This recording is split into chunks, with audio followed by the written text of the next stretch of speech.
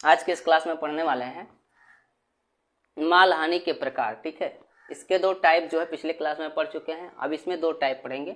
तीसरा हो जाएगा अवशेष स्क्रैप मटेरियल, चौथा हो जाएगा दोषयुक्त माल जिसे बोलते हैं डिफेक्टिव मटेरियल। देखो अवशेष या स्क्रैप मटेरियल होता क्या है, तो देखो सिंपल शब्दों में कहें क्या होता है कि किसी भी संस्था में या निर्माणी उद्योग संस्था में या फैक्ट्री में किसी भी वस्तु का या तो लाइफ खत्म हो जाता है या तो वो खराब हो जाता है, जो काम लायक बिल्कुल नहीं होता है, तो उसे हम क्या कहते हैं, अवशेष कहते हैं।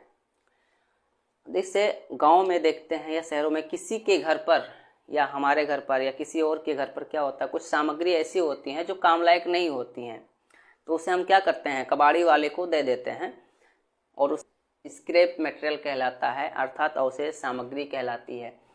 अब देखो अवशेष सामग्री का वह हिस्सा, ठीक है, जो अवशेष होता है सामग्री का वह हिस्सा है जो किसी वस्तु की उत्पादन प्रक्रिया में सामान्य स्थिति में संयोगिक रूप से बच जाता है। ठीक है, उत्पादन प्रक्रिया में यह संयोग रूप से बच जाता है।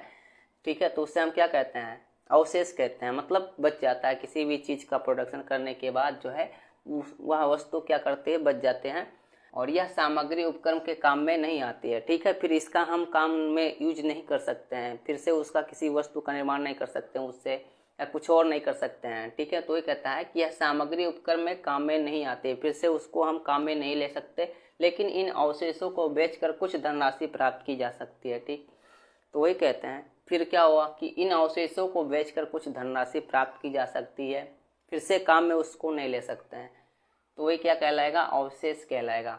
अब देखो दोषयुक्त माल क्या होता है, डिफेक्टिव मटेरियल। दोषयुक्त माल मीन्स क्या होता है, देखो नाम से ही पता है, दोषयुक्त माल, जिस माल में दोष हो जाए तो उसे दोषयुक्त माल कहते हैं, सिंपल शब्दों में। अब देखो किसी संस्था में या किसी कंपनी में जैसा ऑर्डर मिला उसके मुताबिक जो है वह सामग्री तैयार नहीं किया गया, जैसे उसके माप में कमी हो सकता है, गुणवत्ता में कमी हो सकता है या और किसी चीज़ में कमी हो सकता है, तो वो सब क्या कहलाएगी, दोषयुक्त माल कहलाएगी। दोषयुक्त माल से आशय उस तैयार माल से है जो प्रमाणित गुणवत्ता या माप तक नहीं मिल सकता है। ठीक है, जो प्रमाणित जितना उसका माप होना चाहिए या क्वालिटी होना चाहिए उस क्वालिटी तक नहीं मिल सकता है, और जिस पर कुछ कार्य करके उसकी गुणवत्ता को बढ़ाया जा सकता है। यदि कुछ सुधार किया जाए तो उसकी गुणवत्ता क्या होती है, बढ़ाया जा सकता है, और प्रमाणित या उप प्रमाणित उत्पाद के रूप में बेचा जा सकता है, तो उसे हम कहते हैं दोषयुक्त माल।